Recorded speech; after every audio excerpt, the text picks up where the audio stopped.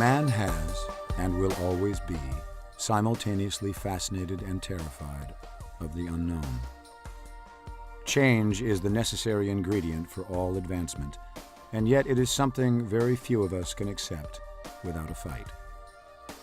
In the quest to understand outer space, for instance, the Greek mathematician Pythagoras was the first to propose that the world was a sphere rotating on its own axis, an idea that seemed absurd to a 6th century BC society that believed in a flat, stationary world. They outcast Pythagoras and insisted that an invisible man with a chariot and flying horses dragged the sun across the sky each day. Supported by the newly formed Roman Catholic Church, this Earth-centered universe model remained generally accepted for 15 centuries.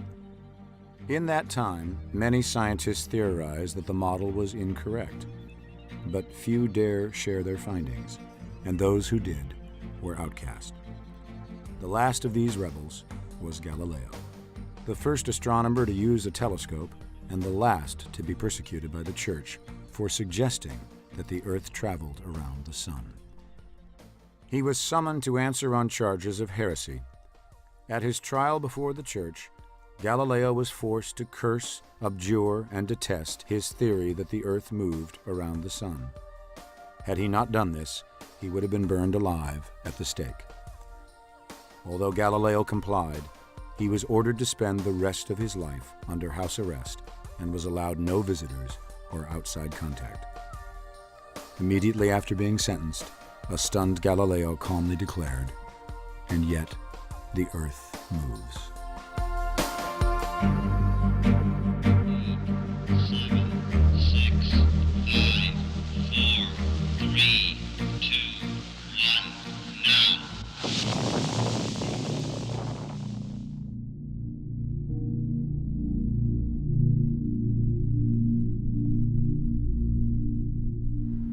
Today, all of our infrastructure is run by computers. I mean, computers are playing a central role, in electricity, oil distribution, water treatment, finances, everything. If you roll back a few years in time, you didn't have computer attacks, computer viruses and worms doing things like causing air traffic delays, shutting down ATM systems, shutting down 911 emergency systems. So on. That wasn't happening so much. Now we get that, that can happen. Cyber terror is a kind of warfare on the virtual frontier, consisting of either the destruction or the disruption of digital property. Sometimes, though, it can leap outside of the virtual realm into the physical world, such as when, for example, automated controls on power systems are attacked, and then they cause power outages, or they cause dams to burst, or pipelines to cease their flows. There is, if you will, an increasing interconnection between the virtual and the physical world, and this is the realm of the cyber terrorist. Terrorist groups are beginning to look at the possibilities of cyber terror, but they have to make a decision about whether to develop their own cyber terror capabilities or to recruit others from the outside, a friendly hacker, for example. Most of the hardcore terrorist groups out there, certainly the ones that I monitor, have no interest at all in hiring outside hackers because of the security risks that they entail. So they're trying to develop their own cyber terrorists from within their ranks, someone who's already a radical. They want to turn into a hacker, if you will. They're going to take their alpha males and make them into alpha geeks. When I first started working with computer security, I think like a lot of security practitioners, I had this mental image that, these guys at the CIA and the NSA and the FBI, they were like the computer systems in Mission Impossible, where they had these incredibly secure systems and they actually knew what they were doing. And within a couple of years, I realized I was teaching them. Imagine a bar graph. And government computer security is here. And corporate computer security is here. And my home network is up about there. We're all familiar with computer viruses. Computer viruses are a self-replicating piece of software. The newer versions of viruses are worms, and what those do is they're self-replicating pieces of software that know how to move around a network. A Trojan horse is a piece of software that gets onto your computer and allows the bad guy to come in around your firewalls or whatever defenses you've got and essentially attack you from the inside. And now you're looking at organizations that have basically taken what used to be a department that had human beings that could actually do the job, and you've replaced it with a department that consists of a bunch of human beings who know how to click on a web page on a server someplace and fill out a form. And any place where you're in an economic situation where you are completely de-skilled about the problem you're trying to solve, you're basically a born victim.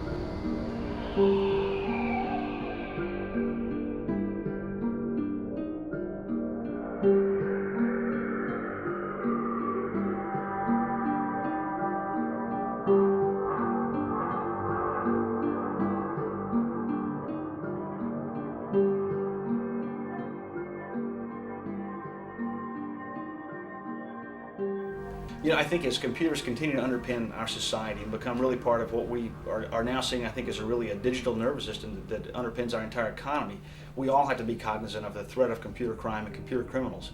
You know, a hacker isn't necessarily, in the popular vernacular, a bad thing. A hacker is somebody who explores in a quest for knowledge, wants to look at a system and see how it works. A cracker is somebody who takes those skills and uses them for ill, uses them for bad things. All hacking is expanding the boundaries, is exploring. And instead of exploring the globe or exploring space, you're exploring the inner space of telecommunications networks, of the personal computer, and trying to find out what more you can do.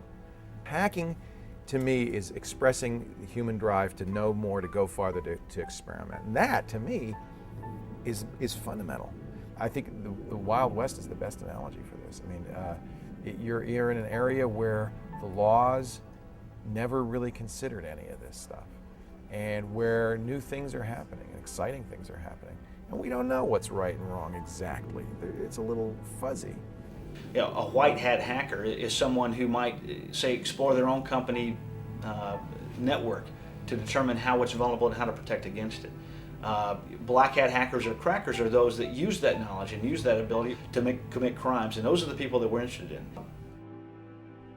Between the white hat good guys and the black hat bad guys is a very interesting character known as the Gray Hat, an ethical vigilante of the Cyber West.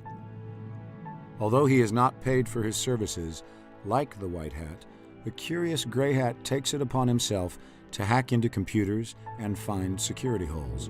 He then informs his victims of these holes in order to help them prevent any villainous black hats from later exploiting them for criminal purposes.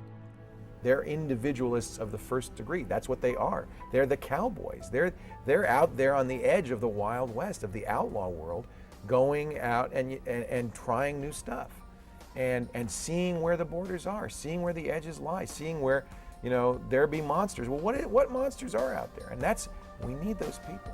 And you got your Wyatt Earps who are going out there and trying to shut these guys down. It's very hard to make the distinction in legal and legal when you're talking hacking, because intent is very much part of our criminal justice system. It's very hard to know what somebody's intent was. And I think that you can't use old models and rules and apply them to these new situations. They don't apply very well.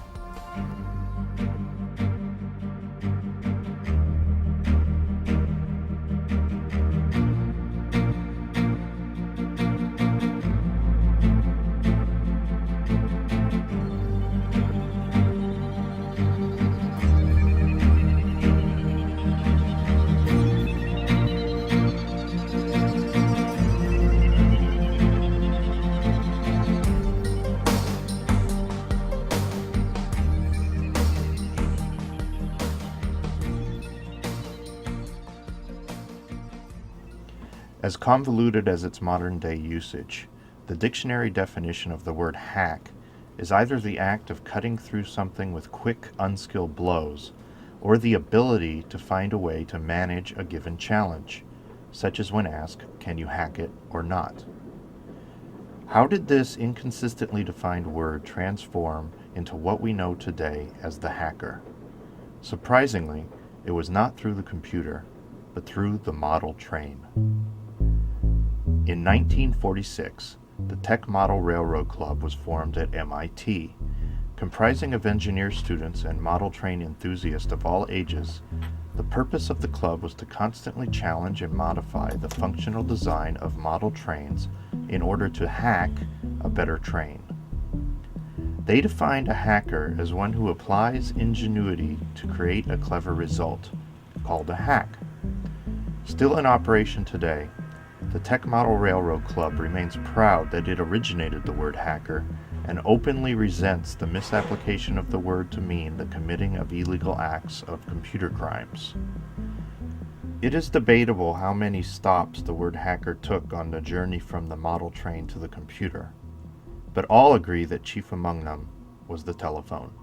Now, in 1969, nobody had a computer at home. Phone phreaking was at that time hacking the phone system. There were no computers to hack, there was only the phone system.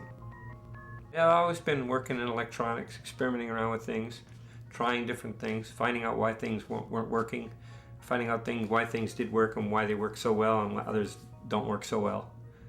And I did mostly through experimentation, just by trial and error. I had not actually been the discoverer of the Captain Crunch whistle. The Captain Crunch whistle was discovered by the blind kids, and it was just by chance that they happened to play around with the whistle, and they experimented around with pressing different holes to get the different pitch. Like they try this one, that's not 2600, with a perfect pitch. Now that's 2600. The 2600 tone is used to activate and hang up the long distance trunk. You can go to San Francisco, and from there you can call 604-555-1212 and do this, and go, and you could dial numbers that way. Of course, you have to do it really fast and take a lot of skill to do it. I did it slow because I'm out of practice. I read a newspaper article that it was now possible from certain cities to dial overseas directly without going through an operator. I said, gee, how is that possible? So through a little social engineering. Social engineering is an attack where basically what you're doing is you're fooling someone into giving you access to some place that you don't have any business being. And this is a technique that a lot of people have used, not just hackers. For example, sales guys will use social engineering to try to find out, who's the purchasing authority for such and such a product. They'll call and they'll pretend that they're somebody's buddy or something like that. So through a little social engineering, I was able to get an operator to tell me, oh, you dial key pulse 182 start, and that will get you to the overseas sender. From there, you just do key pulse 044 and the country code and the city code and the number start, and you get connected. Oh, wow. So I took down and mapped out the entire country code of the world. Not only can I call countries, but I can experiment around with these codes. I can find out where these codes go to. And I discovered a lot of codes that were not published. The codes that would get into satellite systems and phone systems, or ship-to-shore phone systems. They have their own country code. The thrill of it was just understanding how the phone system worked. Exactly when the hacker was introduced to the computer depends on your definition of hacker.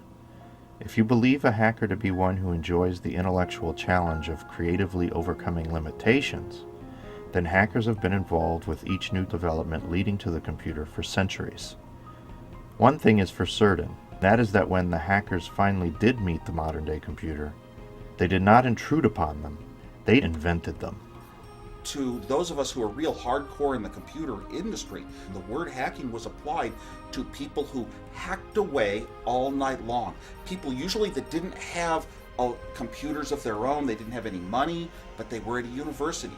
And they found out that if they stayed up all night long, there were some computers unused. And they called it hacking because they hacked away. They took a program, hacked it up, and tried to make it a little better and a little better. Way back at the end of high school, I told my dad, I'm going to have a computer someday, and he said it costs as much as a house. And I said, well, I'll live in an apartment. I was going to have a computer even if it cost me a house. I got a phone call from a friend. Well, there's a group getting together, and they're interested in things like terminals. I had just designed a video terminal that worked with my home color TV, and so I could type in and talk to a thing called the ARPANET. The ARPANET was started by the military and hooked a whole bunch of campuses across the United States together, so I could actually play chess on a computer at MIT and bounce over to a computer at Stanford and see some files, and over to Berkeley, to other parts of the world, long before the internet. I had to have that, so I built my own terminal. And when Alan Bound said, there's a computer club starting for people who have terminals and things. I thought I'll be able to show off my great little low chip design. I went to the club, so excited about it, and found out these people were all talking about microprocessors. Had suddenly made it possible to have a computer at a low cost. It came out of a group of people that were kind of liberal thinking about computers for the people. The whole mentality of the Homebrew Computer Club was extremely open. Information should be published, handed out, because basically we were creating stuff that was going to move the world forward, and we should do our best to be good contributors to society in that way. And that's really where that word hacker originated. For a long time, technology, computer technology, digital technology was the realm of the hacker alone. People who were really into it, that was theirs. Big business laughed at it. IBM said there'll never be a market for more than 20 computers in the world. There's no market for that. So personal computing was really created by hackers for hackers, and that's what, we played with this stuff. Then business, industry, government started to say, oh, wait a minute. Oh, there's some money to be made here, and they started to take it over. First by commercializing the internet. Over the last decade, commercialization of the internet has exploded into a multi-billion-dollar industry, prompting governments to argue that they must control the internet to ensure the economy's safety. ICANN was then created in 1998 by the US government to manage the root servers of the entire internet.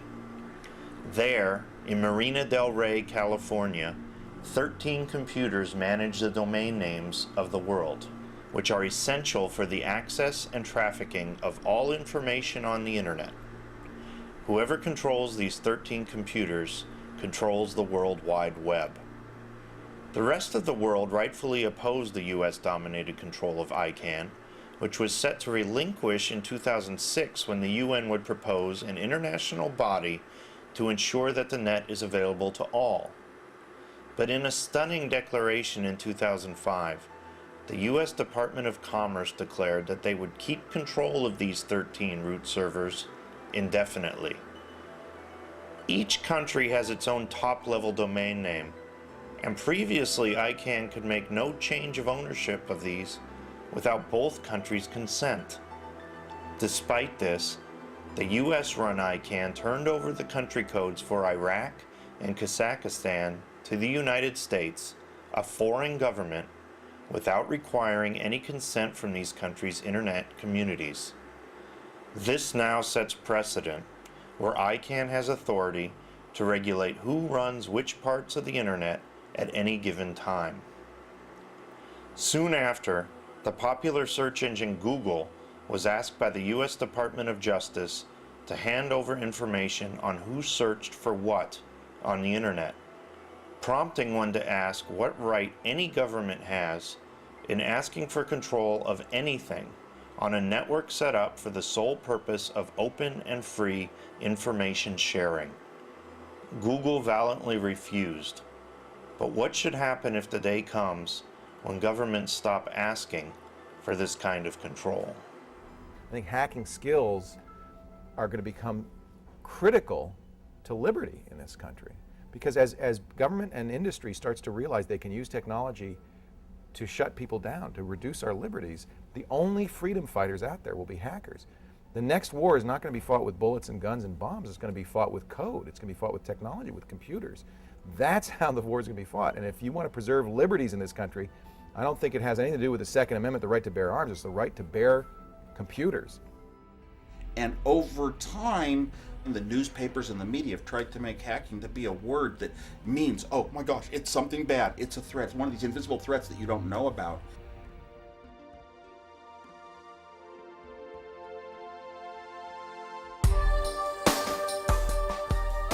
Socrates was a humble Greek philosopher who debated with patrons in the streets, winning every argument yet crediting his opponents for any insights that may have arisen. He chose not to teach for money, as did the many professional sophists of the time, and yet he was considered by the masses to be the most wise of all men. The Athenian powers, however, paranoid over Athens' inevitable defeat by the attacking Spartans, concluded that intellectuals like Socrates were weakening Athenian society by undermining its traditional views and values. Socrates was arrested on charges of refusing to recognize the official gods of the state introducing new gods and corrupting the young. At his trial, Socrates insisted that he did not know enough to teach anybody anything, claiming, "I am very conscious that I am not wise at all." He was sentenced to death by drinking a cup of poisonous herb called hemlock, which produces a slow death by gradually paralyzing the central nervous system. Socrates would be his own executioner. The philosopher was taken to the nearby jail, where his sentence would be carried out in the comfort of his friends and disciples. When he drank the cup of hemlock, his friends could not help but weep. He consoled them. To fear death, my friends, is only to think ourselves wise without being wise, for it is to think that we know what we do not know. Society is always going to have trouble with people who want to push the envelope. Societies are designed around conformity. What hacking is saying, I'm going to do it different. I'm going to see what else I can do. I'm going to see where else I can go. Society is never going to like that. Society will always make laws against that. And that's appropriate for society to do, but I would submit it's very important for society to have people who are willing to push the envelope. Otherwise, society doesn't grow. So hackers are a very, very important part of technology. Without it, you have no innovation, you have no growth, you have stagnation. And yet, they pose a threat because they are breaking the rules. They are going too far. That's their job. You got to have them. There's a lot of just built in like a kind of church. Here's the dogma, and that's what we have in our society today, even in just government and people. Hackers are bad. It's just one of those church realms, It's like hackers are Satan. Over my lifetime, the last 50 years, we have stomped out so many things that are seeds of creativity in this country. A lot of teachers will just tell you we don't really have school systems that encourage the children to think of a problem and what could a solution be. No, just to identify the solution you were taught in this chapter and use that one. So we don't teach thinking as much as we teach, rigorous rote. And intelligence is not defined as somebody having a brain that can think and consider all the possibilities and come up with the best solution. Oh, no. Intelligence is saying the exact same things as everyone else. You read the same newspaper articles, you watch the same news shows, you read the same books, and now you can say exactly the same things about how the world works, so you all know you're a group. It's almost like a religion, and we're all the same, and we're intelligent because I say it and you say it, and you're intelligent, so I'm intelligent. And we never really have a real good way of measuring, are you really thinking and putting it together and coming up with your own solutions? No. We don't define that as intelligent. We often define it as dumb.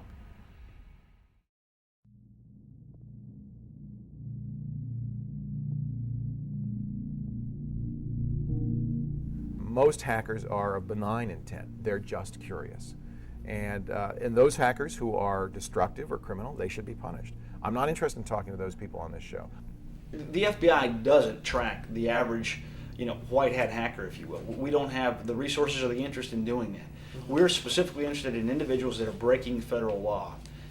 A script kiddie is someone who doesn't have any technical ability or knowledge and takes prepackaged tools that have been constructed by individuals with more knowledge and simply runs a canned piece of code. It's in essence a black box that's accomplishing usually bad things for them. Those are really ankle biters, if you will, from the law enforcement perspective. What we see as a growing and emerging threat is the professional cyber criminal. From the former Soviet Union, from Romania, from places like that where you have an educated populace that can reach out and touch people here in the U.S. In a criminal sense, whereas before it was virtually impossible to do that. So when I went to Russia in '88, I learned very quickly that Russian people, when they write programs, they execute the programs in their brain because they don't have a computer to run the programs. So they run them in their heads. And they write bug-free code, or code that's extremely good. And they've turned out that most of the best programmers are coming from Russia. A lot of people are starving for money there. And so it's not uncommon to find what are called large programming houses.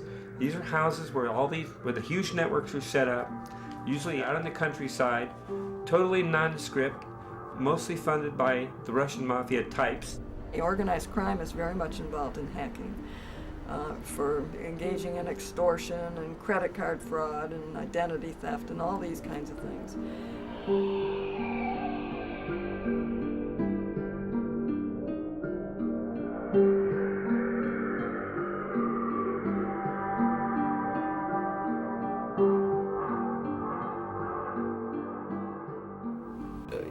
these identity theft schemes, these phishing emails and related type activity, or even computer intrusion looking for personal data, they're looking for your identifying information. They want to be you.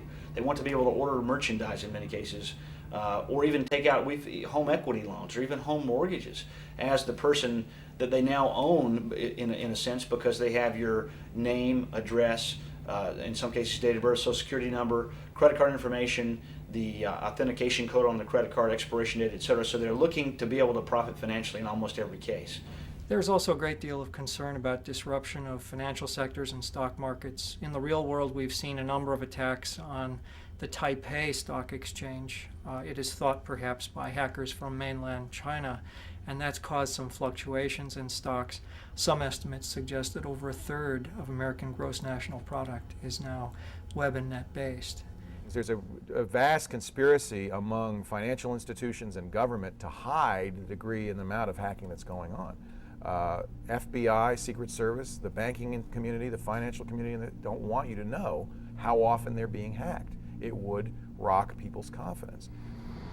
Wireless networking is almost the poster child, from a computer security standpoint, of a technology that's extremely cool, that has suddenly become extremely pervasive, and as a result has been a security problem.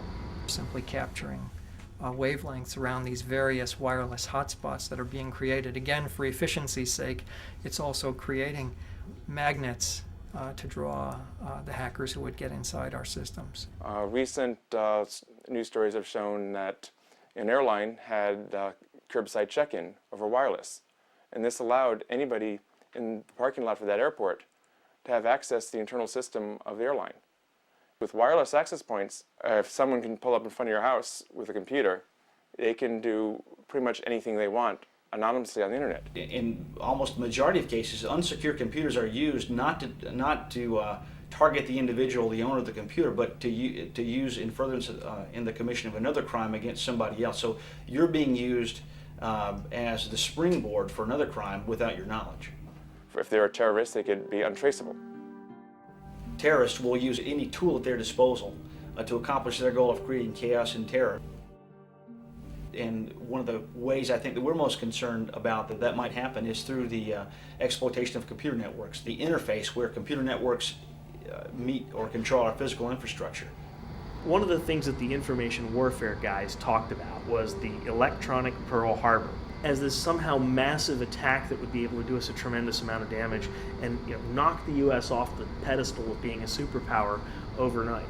It's the most bogus concept I've run across in a long time, and if you think about it, it's a lot like the real Pearl Harbor.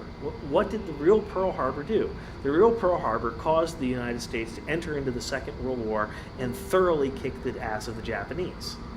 From a strategic standpoint, Pearl Harbor was the dumbest thing that the Japanese could have done. The other one that I really like is the cyber warriors shut down the automatic teller machine networks, and everyone panics, and the economy collapses. Well, SQL Slammer took down Korea's automatic teller machine networks for 3 days. Korea is still here. They didn't panic. They waited until Monday to get cash. It just worked. Human beings are amazingly resilient, and what's happening is that these people are assuming that the entirety of human civilization is this house of cards that someone's going to be able to poke really hard and cause it to fall down. A lot of people oppose the notion that cyber terror is serious simply because it hasn't been serious yet. But there are some real-world instances from the defense sector that say to me this is an extremely real problem and a very, very serious one. And the first of these took the form of a classified exercise known as Eligible Receiver, about which we can say only a very little. It remains classified. What has been publicly reported is that the Pacific Fleet was basically put out of action by hackers during this exercise, and I'll leave it at that. The real-world incident that I think proves, to my mind more than anything else, that this is a real phenomenon is something that was publicly reported under the name of Moonlight Maze. And this was a case of real-world intrusions into classified defense information systems with a great deal of compromise of them. And all I can say is that this problem went on for years. But anyone who has any understanding of these issues knows that Moonlight Maze was the existence proof of a true, serious, and growing cyber threat. One of the greater concerns of those interested in stemming the tide of cyber terror is protecting our power grids. The nation's economy, its defense, its transportation systems all run entirely dependent on smooth flows of power. And if these were disrupted, the economic and the strategic consequences would be simply incalculable. Power for the American systems operate on something called SCADA, System Control and Data Acquisition, which means the controls are entirely automated. In the case of a dam, for example, how much water to let through and how much to hold back. And if these controls are played with in some unfortunate fashion, they could well result in a buildup of too much pressure at a particular area, or could simply by opening up all the sluices create flooding downstream from a dam. A lot of gas pipelines run on these SCADA systems, and simple things like regulation of temperatures could cause coagulation within pipelines, or automated scrubbers working inside the pipelines to clean them could be used instead to block the pipelines, causing some kind of rupture. The Clinton administration came up with a number of good concepts for national information defenses. One of those was the idea of building a network between public and private actors. And you have to remember now that over 90% of all military communications go over civilian systems. So it's absolutely essential that we have this kind of public-private cooperation. In the military, for example, we have two extremely highly automated systems. It marries up equipment and troops being moved halfway around the world in a synchronized way. If either of those systems were intruded upon by hackers and disrupted, the delays that could be caused in the physical world could run in weeks to up to a month. In a place like the Korean Peninsula, Seoul is already an artillery range from the north, and so slowing down reinforcements coming to the peninsula, that would make a very big difference. A SCADA system or any other kind of automated control system is vulnerable to the extent to which someone can gain access to it from the outside. Now, why do these networks wind up getting connected to the internet or connected through a firewall to some other network? It's so people can send email. You go to the systems administrators and you say, which systems can you never afford to have go down? And they'll say, the mainframe. Okay, so the mainframe must be segregated. And then everybody goes, well, they all need to get to the mainframe from their desktops. Okay, then you're saying that the security perimeter around that mainframe has to encompass these desktops, right? Yeah, sure, okay. Well, then those desktops should not be connected to the internet. Well, how people read their email? Well, the simple answer there is you have to make an intelligent and rational decision. Is it more important that people be able to read their email? Or is it more important that that system be inviolable and tamper-proof? And if the answer is that that system really has to be kept safe, it's the control system for a nuclear reactor, it's the stock exchange, it's whatever, the answer is build two networks.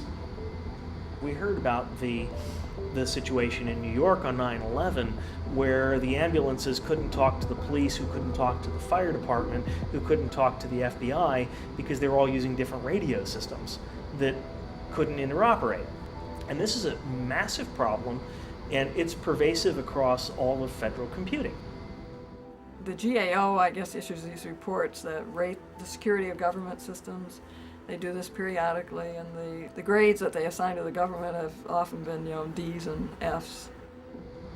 Our federal agencies have built these databases giving absolutely no thought to how to make them actually interoperate.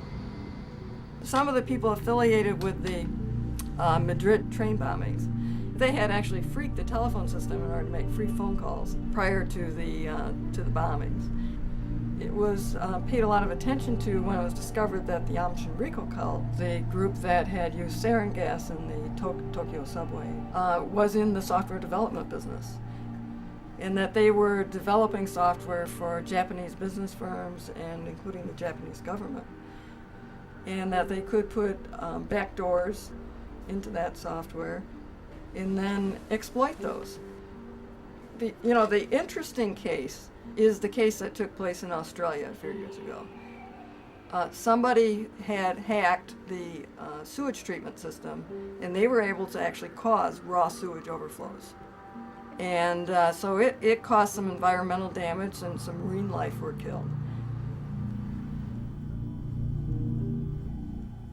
There are about 5 or 6 different cyber wars going on around the world today. One between, we think, some groups in mainland China attacking Taiwan, their stock exchange, various aspects of their infrastructure.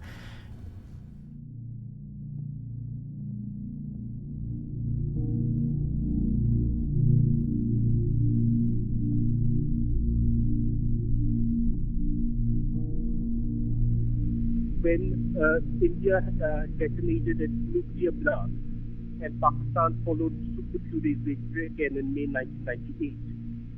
What happened was that a few days after the Indian blast, the Bhabha Atomic Research Center, which is India's major installation, its website was hacked by an anti-nuclear group, a peace group called Milworm. The first Pakistan group was called Pakistan Hackers Club. The second group, which is probably the best, is one called G-Force Pakistan. They broke into some of the networks of the army.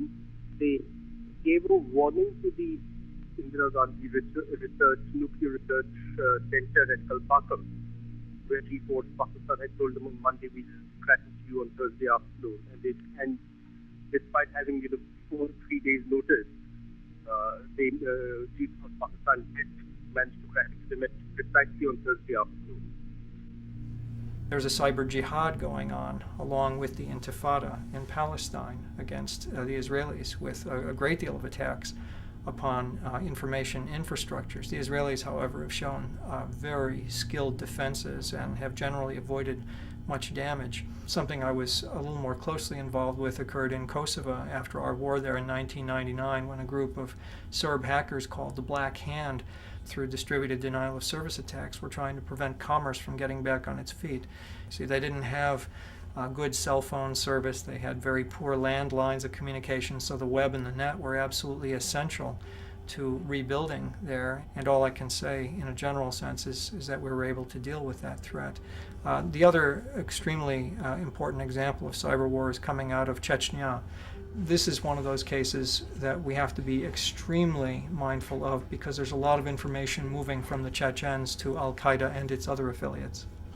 The Chechens are also pioneers in cyber warfare, with many innovative and vicious viruses and worms being employed. The actual economic cost runs in the tens of billions of dollars for each of these incidents. I think something else that we need to be concerned about is the possibility of terrorists creating an incident like a power outage that's going to put people out on the streets on foot, and then marry that attack up with a biological assault of some sort, some kind of, in the military we would call this combined arms approach. So a physical attack that would come along with the virtual attack. If you, as a hacker, brought down emergency services in an area and then destroyed a nuclear power plant, the effect of destroying the nuclear power plant would be far greater than if 911 were working, than if emergency services were working. Biological warfare is on top of everyone's mind in the world of terrorism. Imagine that terrorists first crack into New York City's infrastructure and shut down the power. That evening, instead of the standard thousands of people walking the streets, millions take foot on the commute home, as was the case in the blackout of 1998. Now imagine 100 terrorists infected with a weaponized virus walking among these masses. After a week of the spreading disease, this one act of cyber terrorism would make the difference between thousands and millions of people dying, or possibly even be the cause of an irreversible health crisis. A computer intrusion could thus turn a germ into a weapon more deadly than a nuclear bomb. A possible yet daunting task for any terrorist organization to carry out. Such a scenario becomes much more probable if organized by a foreign government. Now, the thing about China is that it is not done so much by students and teenagers In China, it is the PLA, the People's Liberation Army, which is actually preparing for a very advanced program in information warfare. Here, it's a very organized initiative at the state level, at the army level. Well, they had conducted some type of war exercises of the army, which was directed against the US, also directed against Taiwan, Japan, South Korea. And there were simulations on how to bring the electronic infrastructure, their trading systems, the stock exchanges, their electricity grids to a halt. China's chief of staff and several generals were involved in this planning exercise. About 500 soldiers were involved. They did a lot of analysis on how they could carry out what are called blitzkrieg attacks. The sudden attacks to paralyze the information network. The primary aim was the US aircraft carriers and some of the missile systems and then the aircraft. So, they're trying to incorporate in theories of warfare. Sun Tzu had written the rules of warfare thousands of years ago. You try to get somebody else to carry out your assassination. The idea is to make you believe that it came from within, that they'll use cracker groups in various other countries, such as students, to act as front of the PLA. People who are attacked will think that it has come out of a university, whereas it really has come out of China's People's Liberation Army. I don't know how much time we have left before the radical develops the skills of the hacker, before the gap between the two is narrowed. I only know that it's not a great deal of time, and as I look around, I see very little effective preparation for this threat. I think those in the hacker community realize that I have a respect for their skills, for what they do, and therefore for their ability to help us in the current conflict that we're in. And these are people who don't want to see a world in which terrorist organizations are blowing things up and moving on to the acquisition of biological or nuclear weapons. And they realize that global terror networks rely inordinately on the web and the net to coordinate their operations. So they're in a unique position to help us in the war on terror, and we should be cultivating them.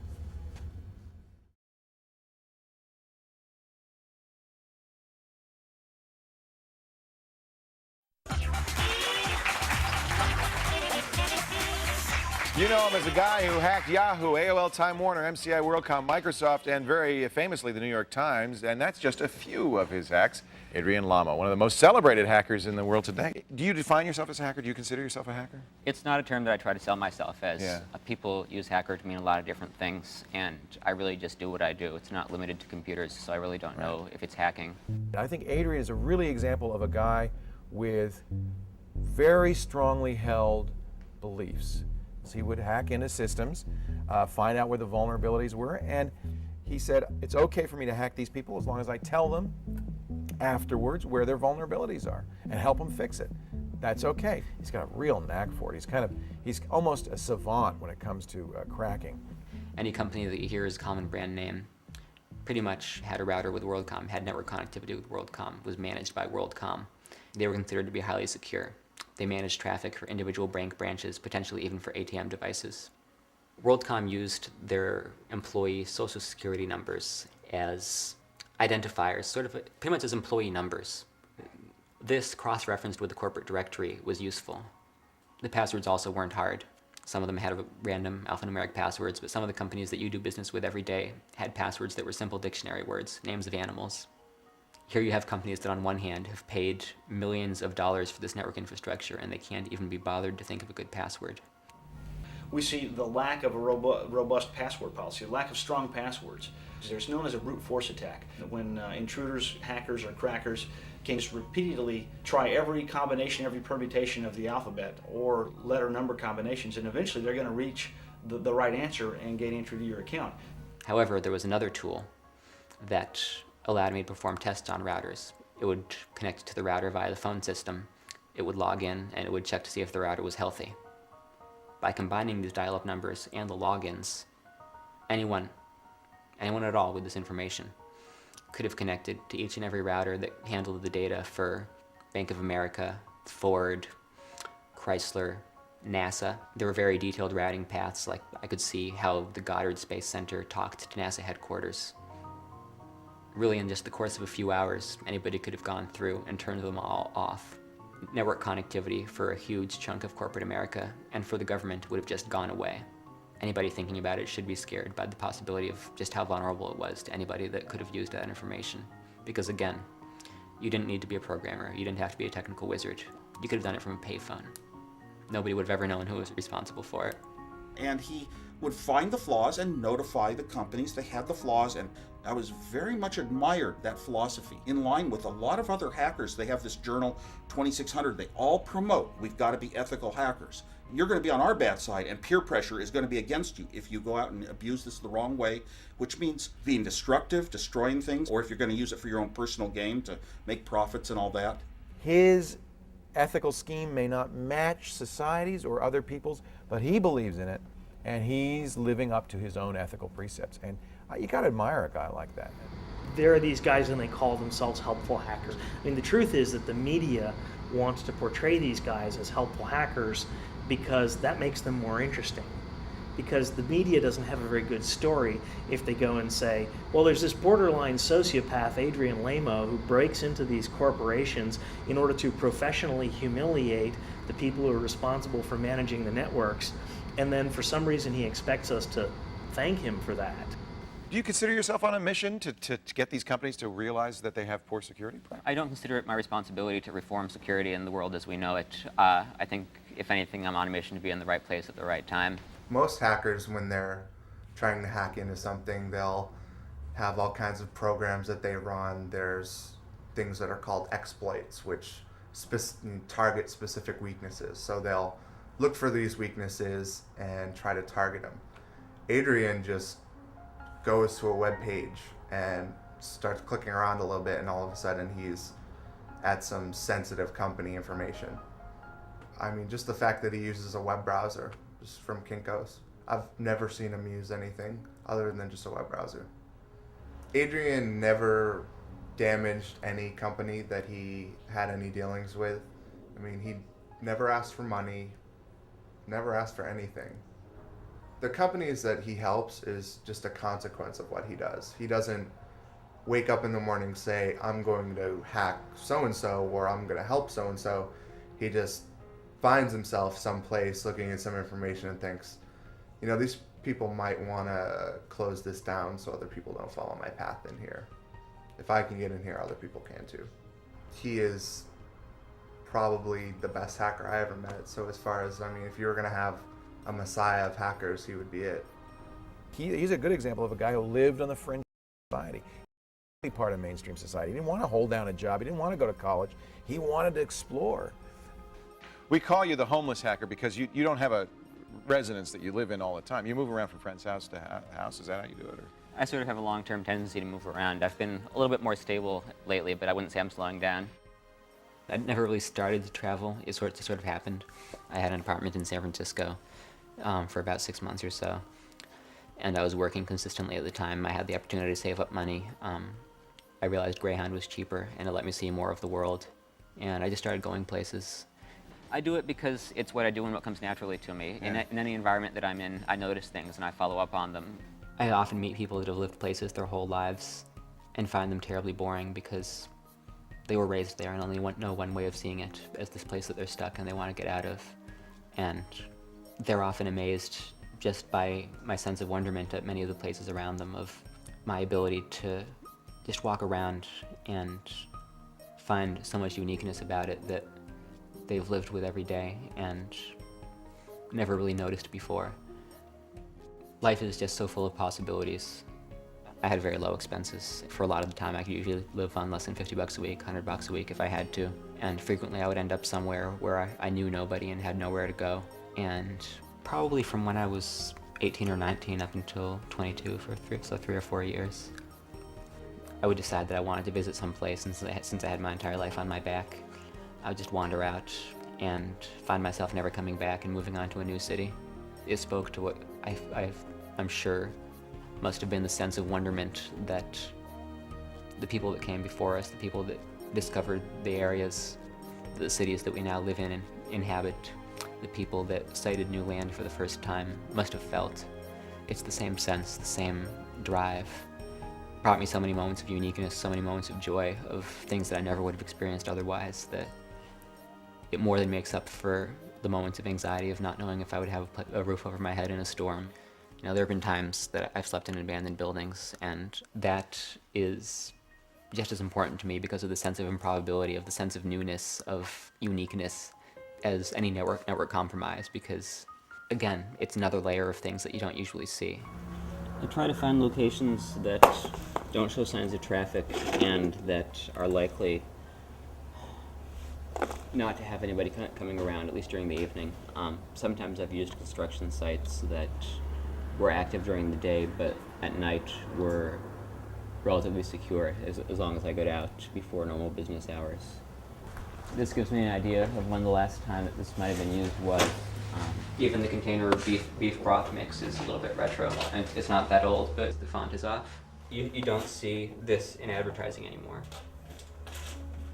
Not unless somebody's trying to be deliberately retro, and they generally only do that on outside packaging.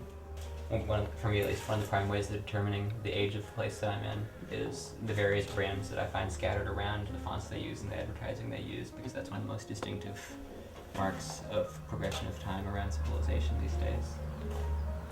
Insofar as I'm concerned, the most attractive aspect of this particular location is that it has two places where one could rest, the chair and the couch. Although the couch would be more comfortable, I would opt for the chair because it doesn't have a line of sight to the door. That way, if somebody was going to walk in, the first thing that they saw wouldn't be me, giving me time to react to their presence. That door's seen better days, but it's also a bright side because since I don't have a line of sight to that door, if somebody were to come in, I'd be able to leave through there if I had to. My obvious preference would always be to be on someone's couch, but if it's a choice between not having a place to stay and staying here, I'd certainly choose here. I had been reading Yahoo News for some time, you know.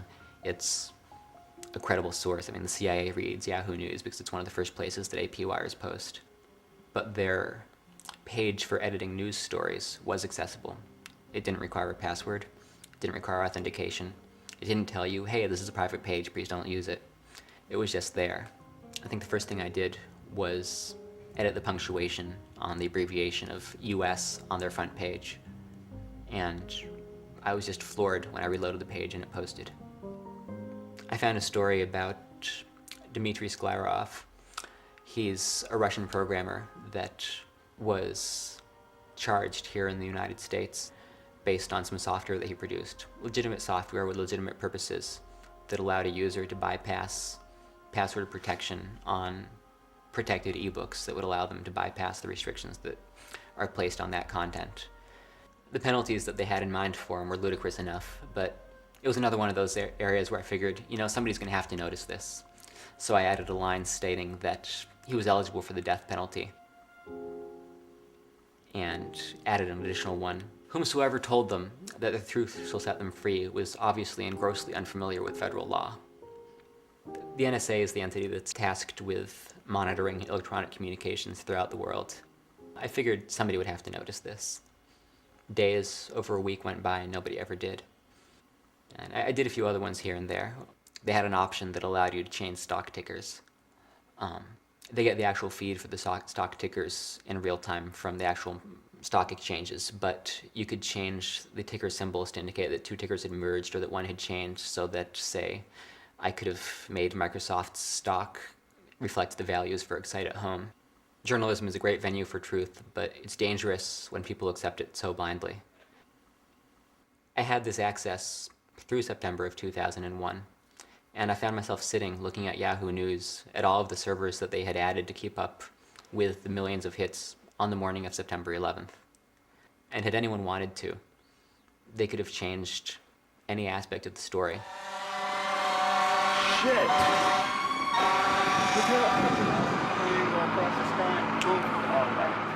After September 11th, I had change of heart. You know, it's all about money and all that, but I started looking at things a lot differently, a lot of things differently, and our security being one of them. And I knew that I had a certain skill that I could apply to help secure the government's critical infrastructure. And I was 13 years old. I got into programming first. The life around me greatly changed. I mean, for one, my analytical skills skyrocketed once I started programming. It's more actually a burden, analyzing things crazily.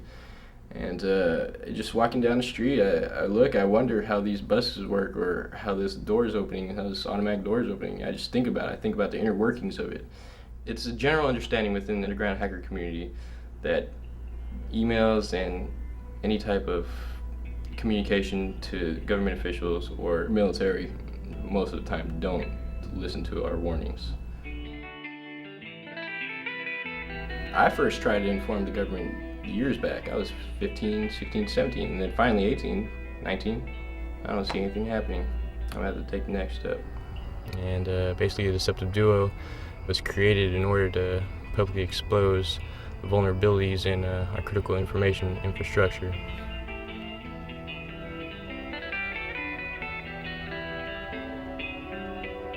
And by doing that, we forced them to secure their systems or make our country more secure, electronically speaking. One of the most initial steps was targeting. We had to acquire the most likely target, for a terrorist. We had to recreate the scenario as real as possible, how it would play out as a cyber terrorist attack. So what we did was we targeted certain government military agencies, the Navy, the Army, the Pentagon. We exposed specifically documents that we shouldn't have in the first place. What we did was illegal, yes, I'll admit that. We accessed their computers without their permission. But that was the whole point. We needed to do that. We needed to recreate a terrorist scenario. I remember some people, we would hack into some agencies and they'd know about it, obviously, because we defaced their homepage. They would fix their homepage, they'd put their original content back up, and yet the hole is still open. The vulnerability is still there. They failed to patch it because we performed follow-up tests to ensure efficiency. We got tons of emails from supporters saying that they believed in what we were doing. We weren't looking to be called patriots. We weren't looking to be recognized as something like that. We just wanted to do what we did. Yes, people would call us patriots, but refer to us as just hackers. That's it. Just people. Sometimes laws are inappropriate, and so I'm not opposed to civil disobedience. Okay, if people think that there are laws that are inappropriate and they feel, from their conscience that they should break those laws in order to protest those laws, I don't have a problem with that. But I don't think we want to be encouraging our kids to do this. Well, a web sit-in, they started out, the first one was conducted against the French government, and this was mid-90s. They called upon a lot of users to just point their browsers at particular French government websites and just click on the reload button, over and over again as fast as they could so as to generate traffic against the website. But over time, I think they became less effective because people found ways of being able to avert them. And in fact, some of the web sit-ins that were conducted by EDT were met by counterattacks on the part of the governments that they hit. So the Pentagon struck back in one case and basically crashed the personal computers of the people who were participating in the sit-in. Which is not to say that hacking computer systems is not a good thing to do to find vulnerabilities. I'm all for that, but do it with permission. Okay, let the government either use their own employees or hire outside consultants, and you do it in a controlled way by people that you know and trust, and that's a good thing to do. Having worked for nonprofits as long as I did, I saw a lot of people that went in really energized about what they did, excited, feeling like they were doing something that they were good at, they could make a difference, and came out a couple of years later burnt out from having to take something that they loved and have it be their day job day after day, no longer being something that they enjoyed but instead had to go to work and do. And really no compensation would be worth that for me. In 1962, Desmond Morris published his book, The Biology of Art, which details his experiments teaching chimpanzees to paint. The chimps enjoyed painting immensely and eagerly created works of energetic colors and strokes. One phase of Morris's experiment involved rewarding the chimps for producing their paintings. Whenever a chimpanzee painted, he received a peanut. Surprisingly, very soon the quality of paintings began to degenerate until the chimps produced the bare minimum that would satisfy the experimenter. Any joy found in the act of painting was lost as the chimps uncaringly slapped paint on their canvases and ran to collect their peanuts. You're just doing it because you like it. Were you always like this? I mean, as a kid, did you do this kind of thing? As a kid, in like the 5th grade, I would sift through teachers' garbage cans to see when the fire drills were coming up and when pop quizzes were, that sort of thing. It gave me a sense of the system that I inhabited while I was going to school as it operated around me in ways that I would otherwise never see. Normally, I would just see the effects of these things. Oh, the fire alarm's ringing, but here I know there's planning for this. They have meetings. They happen since so-and-so dates for a reason. The fire department is warned. And it does me no good to know this, but it's still fascinating. Dumpster diving is the art and science of sifting through other people's trash. They frequently go into it with the sense of a target. They look for a company that they are interested in, or they look for a target-rich environment, an area that contains lots of interesting corporations that may have a common dumpster if the companies share a building. I don't go into dumpster diving with the sense that I'm going to come away with something that will help me with a particular target or a particular project. I never know what I'm going to find. Sometimes I'll find printouts that have passwords or URLs or various other pieces of information that will grant me access to systems, but other times it'll be something totally random. Emails, communications that are just, random internal memos that have no intrinsic value for intrusion, but it's an artifact of corporate mentality, of the senses that people throw out things for the damnedest reasons. One of my dad's wireless microphones, he used to do video production, and I was playing around with one of his wireless mics. I heard a scream, and it was a child's scream, and it turned out that I was listening to a baby monitor from a nearby house. But the fact that this device here, intended for something completely different, could bring to me, just through the air, invisibly, sounds and experiences that were going on in a house across the block was really amazing to me. It's just the sense that, this thing's intended for one thing, but look at what it can do. A baby that's born wants to explore. A brand new baby, a couple days old, you can clap your hands and their head kind of goes in your direction, built in with, I want to find out about the world. If you carry a baby around and feel its muscles, they're pulling different places, and the baby will go right over and want to touch things in the house. Let him touch them. Let him feel what things are. Let him feel what things can fall. Occasionally something breaks. I believe in that. I think our brain wants to have experiences and to learn how the world is constructed, and that's part of our growing up. And why should we inhibit it and think we are the guides and we will let this creature develop? No, let much more of it come out. On the surface, it looks just like a sheer rock face, but as you walk towards it, it becomes apparent that there's a small hole in the ground, and somebody prior to us had spray painted a red arrow on the wall above it, pointing down. And while in the area, I saw so many people walk by it, glance at the arrow, and just sort of shrug. And I like to think that it's there for the people who would look at the arrow and wonder what it's pointing at, who would take the time out of their day to step forward and have a closer look. I've ended up in some pretty awkward places. I've done my share of crawling through mud, but the entrance to the mines was probably the most enclosed space that I've ever had to navigate. On the way in, you have to make your mind up ahead of time whether you want your arms above your waist or below it, because once you're crawling, you're not going to be able to change. There's not enough room. It's easy to be paranoid because many of the upper levels are flooded, and you have this sense of countless thousands, millions of gallons of water all sitting above you, knowing that the slightest thing could bring it all down. It continues underground, where the most impressive fixture that I got to was the underground lake. The lake is perfectly still, not even a ripple. It's not silent. There's constant dripping or rushing water depending on where you are. But if your light goes out, it's total darkness, and everyone's been in the dark, but it's sort of hard to appreciate the sense of total darkness, of having your eyes wide open and not being able to see a damn thing. Yeah, can you put it back on? And now can you take it off? I didn't go out with the intention of compromising the New York Times. I was initially looking at something else and somehow got sidetracked to the New York Times. They had a lot of information that was accessible to anybody that cared to browse around. For their internal system, the password by default was the last 4 digits of the Social Security number, and nobody ever changed it. People feel like Social Security numbers are these, private, secret things that nobody ever knows about, but anybody that wants one can get one for really, once they sign up for any of the services that give them, just a couple of pennies. Mine's 042746804. Anybody could get it. It's not a big deal. From there, I had a list of every password at the New York Times.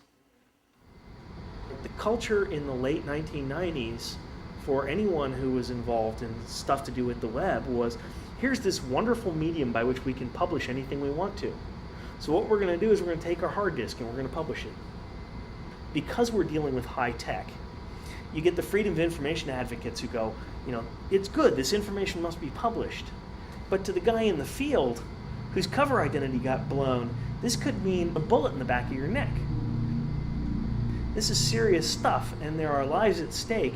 And because we Americans treat high tech as a toy, we don't take this stuff anywhere near seriously enough. We just treat it like it's something that we can change after we've made a profound mistake.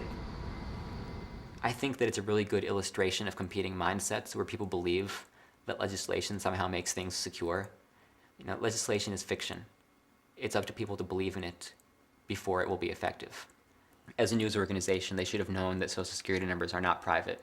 Nothing that's even remotely personally identifiable should be used as a login or as authentication or anything like that ever.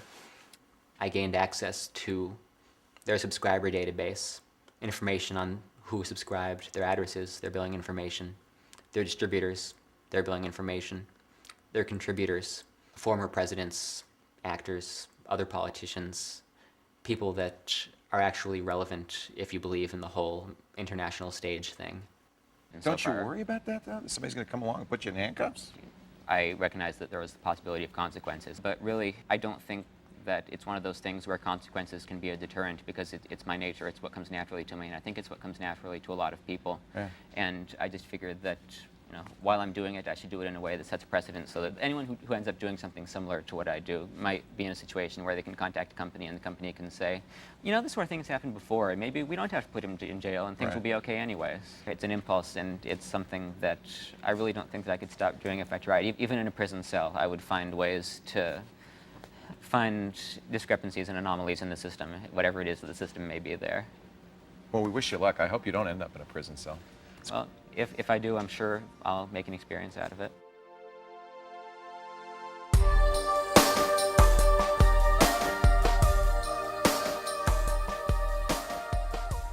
Richard Feynman, winner of the Nobel Prize in Physics, was renowned for his adventurous antics in the world of science. In 1942, Feynman was invited to be a part of Oppenheimer's Manhattan Project at Los Alamos. There, he helped develop the first atomic bomb.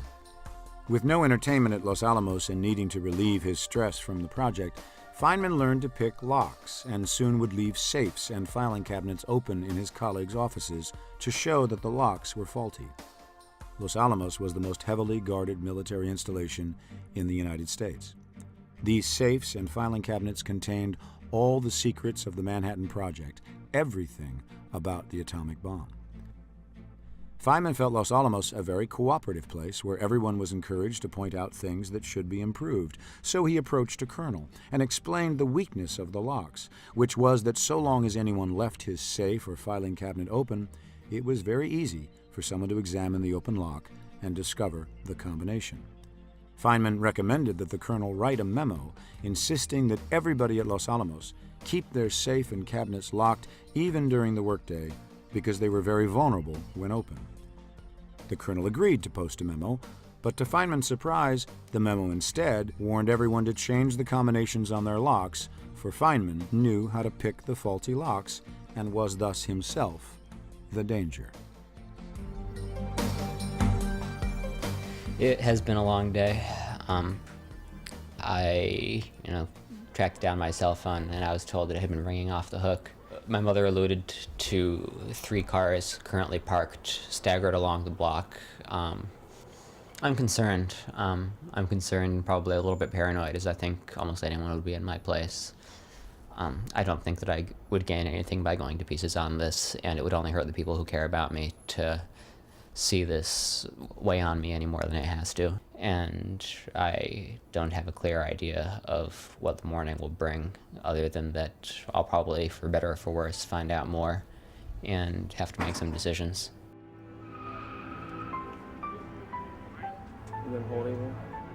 There is a big story just breaking now. A little earlier today, I got a phone call from a production crew, actually somebody from Kevin Spacey's Trigger Street Productions, right. Dana Brunetti, and he called me up and said, we've got a film crew doing a documentary on hacking, and they have been following around a guy named Adrian Lamo. You may remember Adrian Lamo. He's right, he doesn't steal any information, he doesn't take anything and use it for bad. He's a good hacker. So now when you said that they wanted to have a word with you, they actually have a warrant for your arrest right now, is that correct?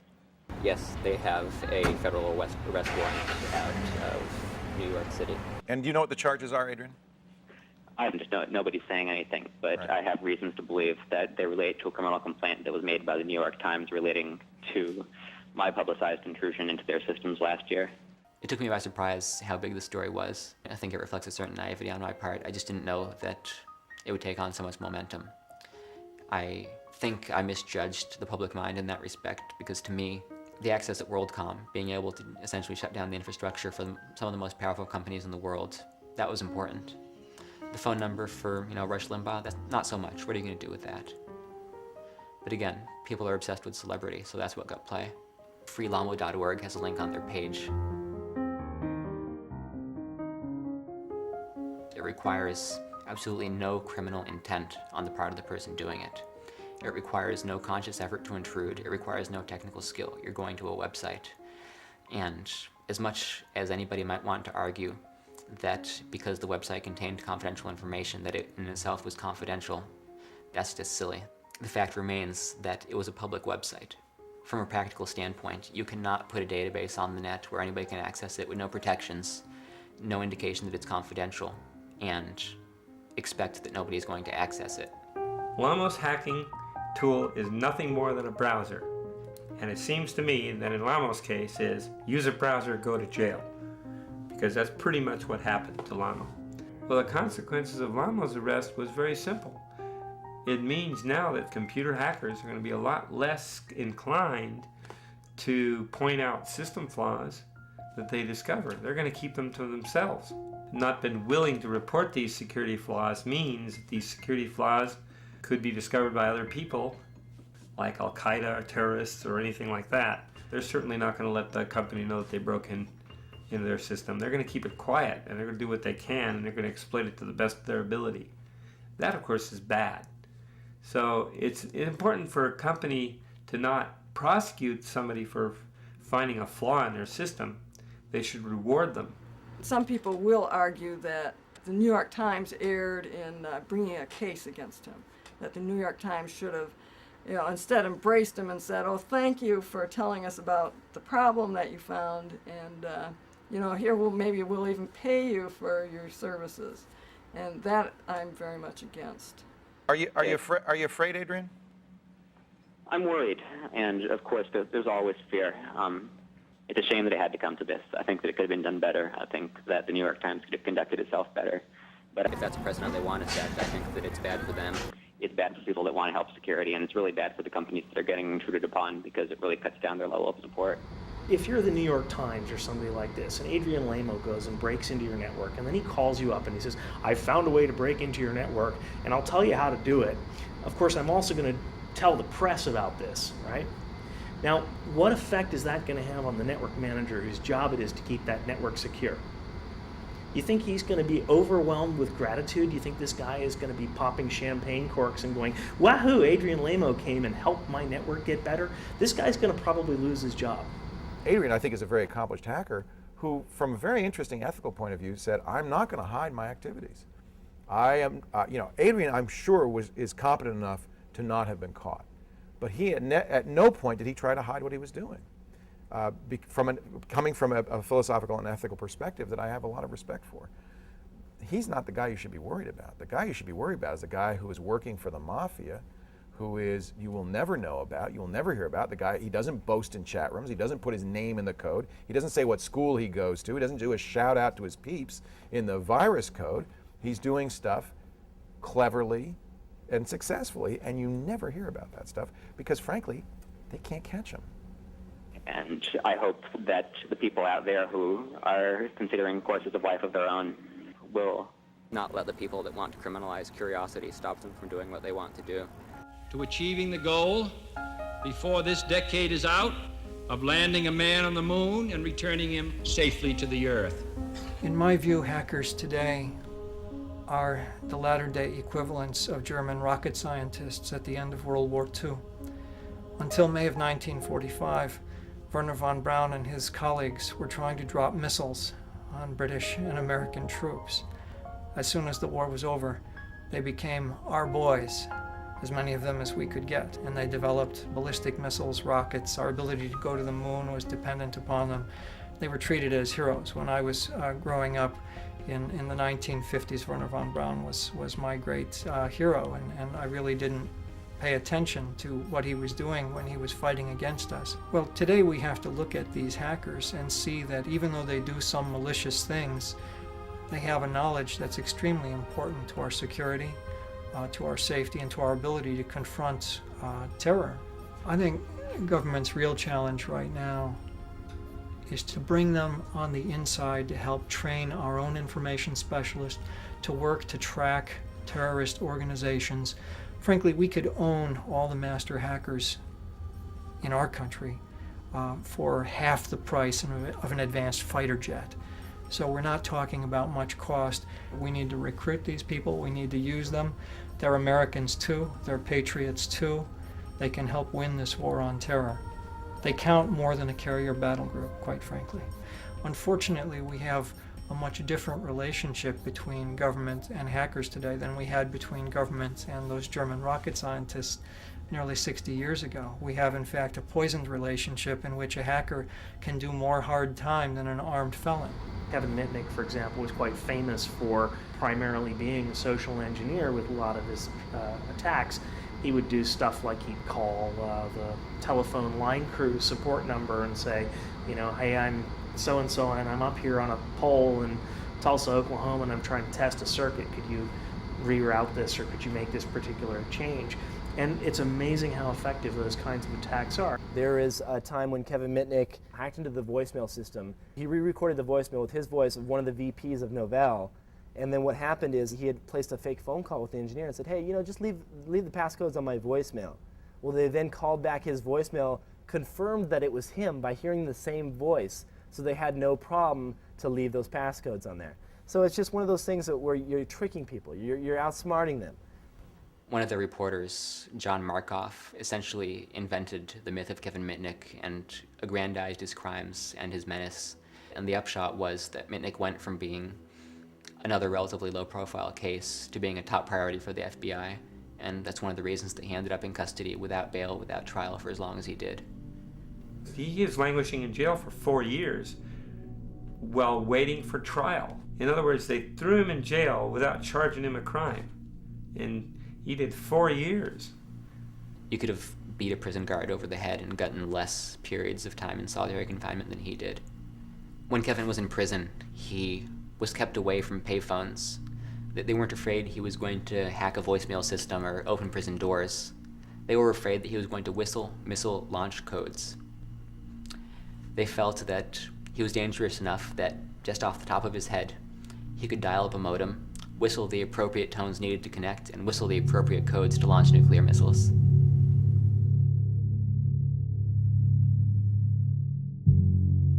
In many ways, his civil rights were violated by a court system and a legal system that just didn't know what to do with him. They were terrified of him. They were afraid of letting him go because they were afraid. They didn't know what he could do. What they did to him was criminal, and I think even they would admit now that they went too far. We're in a certain time right now where things aren't completely ironed out when it comes to laws and the internet.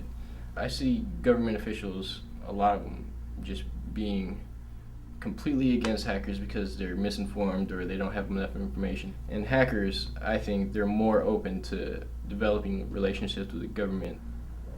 Well, I knew it was going to happen. They have to do it. It's their job, you know. I first thought I was going to be raided because we set up covert communications between each other, me and Ben Stark, another member of the Deceptive Duo. We were supposed to check in with each other every day, no matter what, to make sure that we didn't get raided, because we knew we were going to get raided, we just didn't know exactly when. So finally a weekend came up and he didn't come online, and from there I took suspicion and stayed up all night because I knew they were going to come, didn't want to be rudely awakened. Sat in front of my computer, waited till they knocked on the door as I suspected, and they did. They banged on it. My sister let them in. I lived with my mom at the time, and I still do, but she didn't know what was going on. And at first she was pissed because she didn't really understand what was going on. She didn't know the whole story. Finally she read around and she began to realize that, yeah, I did have some real intentions, some true motives. I think she has some sort of serenity within her, knowing that I'm fighting the good fight. Once the trial comes about, I think we're going to make some very good points, and hopefully some things will change. I think people realize that, you know, these guys are offering something good to the community.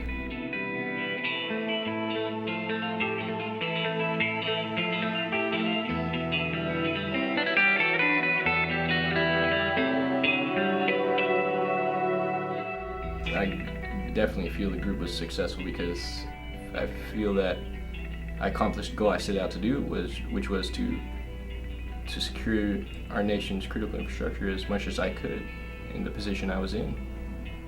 I would love to help, you know, I would love to continue to help, but the situation does not permit me to.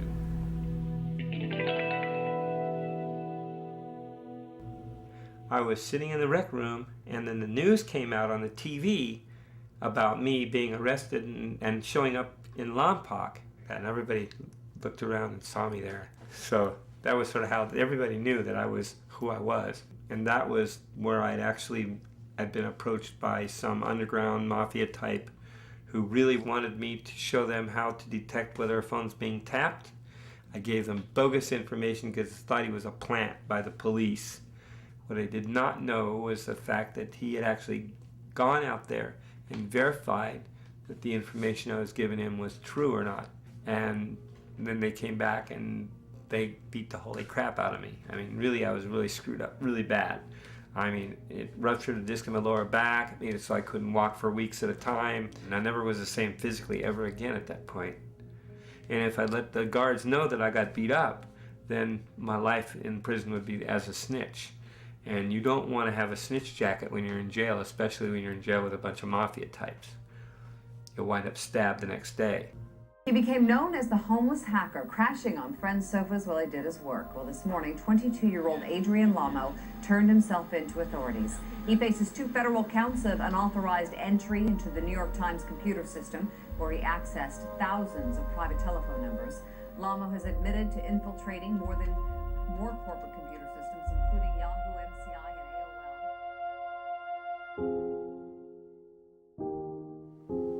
AOL. In terms of the message that this sends, I understand the government's point of view, at least I think I do. I understand that they feel they need to send a message that crime can't be tolerated, no matter how well-intentioned it is. And I think that in some ways they're unable to look beyond that message. I don't think that they necessarily see the social impact of what they do. I believe that they're well-intentioned in wanting to prevent crime and wanting to prevent damage. But in the way that they're going about it, I believe that ultimately it's not going to achieve the goals that they think it will. It certainly strikes a blow against openness. It strikes a blow against people's ability to stumble across something and report it in good faith. I'm not a saint, and what I did was illegal no matter how well-intentioned I did it, but the fact that what they're essentially saying is that it doesn't matter if you come clean, it doesn't matter if you don't profit, it doesn't matter if you do no damage, it doesn't matter if you cooperate. It doesn't matter if you discourage others from doing harm, we're still going to come after you. What does that leave people with? If they're going to come after me no matter what, then why exercise restraint? Why exercise good faith? Why be honest? But I hoped and believed that I could do it in a way that would set a precedent that would allow people to come forward in good faith, to try and do the right thing, to let them believe that maybe motives did matter, that it wasn't all black and white. I think this is symptomatic of something that we see in our government today. In many ways, they're eliminating shades of gray. They want to polarize people. It's important to our national agenda today to see good guys and bad guys, because as soon as we start to believe that maybe it's not all black and white, that somebody can do wrong for a good reason, that not every action of law is inherently infallible, it strikes a very dangerous precedent for the government the way it wants to operate today. On the other hand, I believe this is positive, because it places a certain amount of stress on the system we inhabit. It makes it much more difficult for people to remain neutral. It forces them to polarize. And when that happens, systems tend to evolve. Ultimately, I think it will lead us to a better place.